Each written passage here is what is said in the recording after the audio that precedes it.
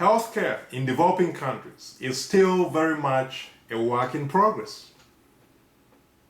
There are still numerous holes that we need to plug, and one such gaping hole is inadequate healthcare consumer protection. It is a sobering reality that the enforcement of regulation has been insufficient and ineffective, which often leaves folks vulnerable and at a risk of receiving substandard products and healthcare services. One such product which highlights the enormity of this crisis in the developing world is the BioDisc. Creators of the BioDisc are marketing a product with the claim that once placed in any liquid,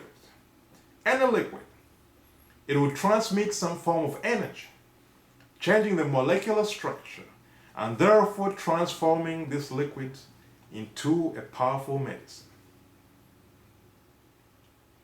A list of conditions that liquids exposed to the mysterious power of the BioDisc can apparently treat include diabetes, high blood pressure, migraines, arthritis, depression, autism, high cholesterol, stress, among others that they list.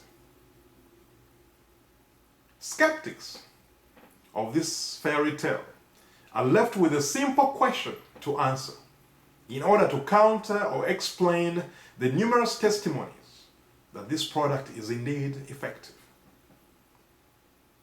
They are left with a simple question to ask or answer.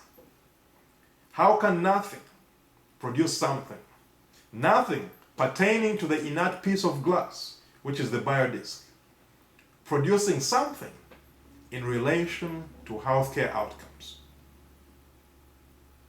In order to answer this question, it is important to understand the context and the environment in which the BioDisc is being introduced, marketed, and in fact flourishing.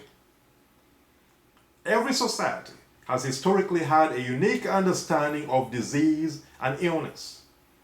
As a result, we have a plethora of indigenous remedies. Anywhere you go in the world, there will be a plethora of indigenous remedies in all these societies, prescribed to treat ailments. But like culture, the methods and approaches towards treating disease have evolved over the centuries. As we assimilate more advanced discoveries, as we acquire more knowledge about disease-causing pathogens, as we continue to unravel the nuances of the genetic code, and as our understanding of the intricacies of the immune system continue to develop, we adopt this wealth of knowledge and use it to treat our patients. It is important to note that in spite of the availability of all the remarkable scientific knowledge and discoveries, there is still numerous barriers that patients have to navigate to receive adequate health care, particularly in our developing countries. The three major barriers are affordability, availability, and acceptability. Affordability, availability, and acceptability.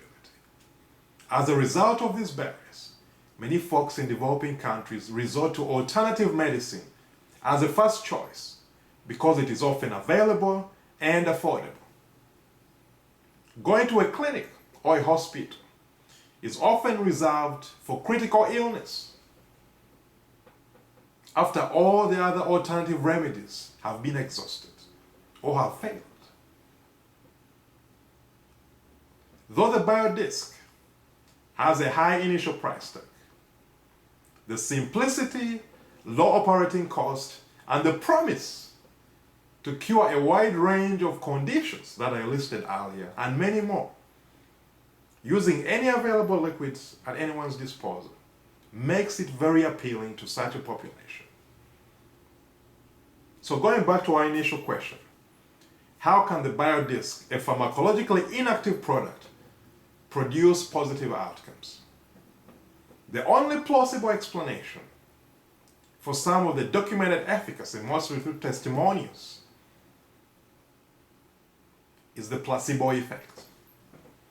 The placebo effect occurs when an individual is provided with a pharmacologically inert substance.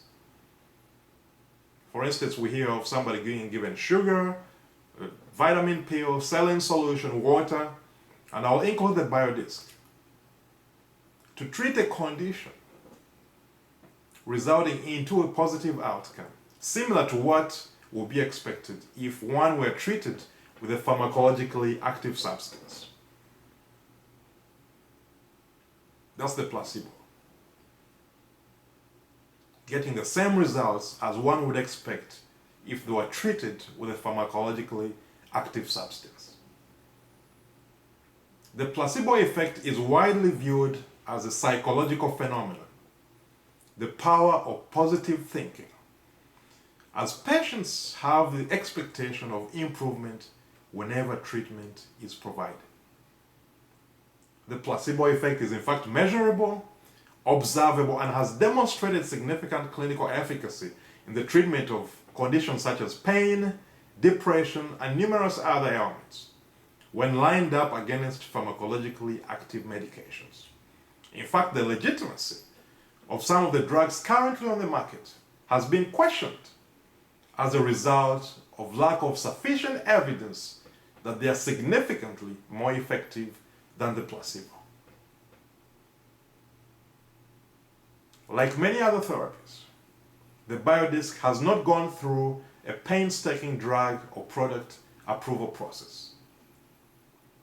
It is fair to note that non-conventional methods of healing are still widely practiced across the world.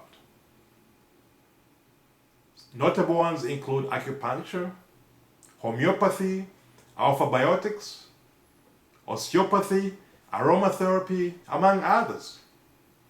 However, the manufacturers of the BioDisc cross the line by making the fallacious claim that they are providing a pharmacologically active product with the potential to cure multiple diseases and illness without providing any data or conducting clinical trials to support these claims.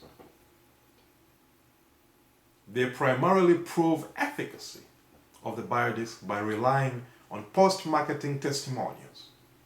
This raises several questions. First is the failure to abide by the standard of informed consent. Informed consent is an ethical obligation in administering healthcare to patients. In fact, it is a legal requirement in some nations across the world. Healthcare providers performing a procedure or providing treatment are supposed to fully disclose all available information to the patient. The patient should know the purpose or indication of the treatment.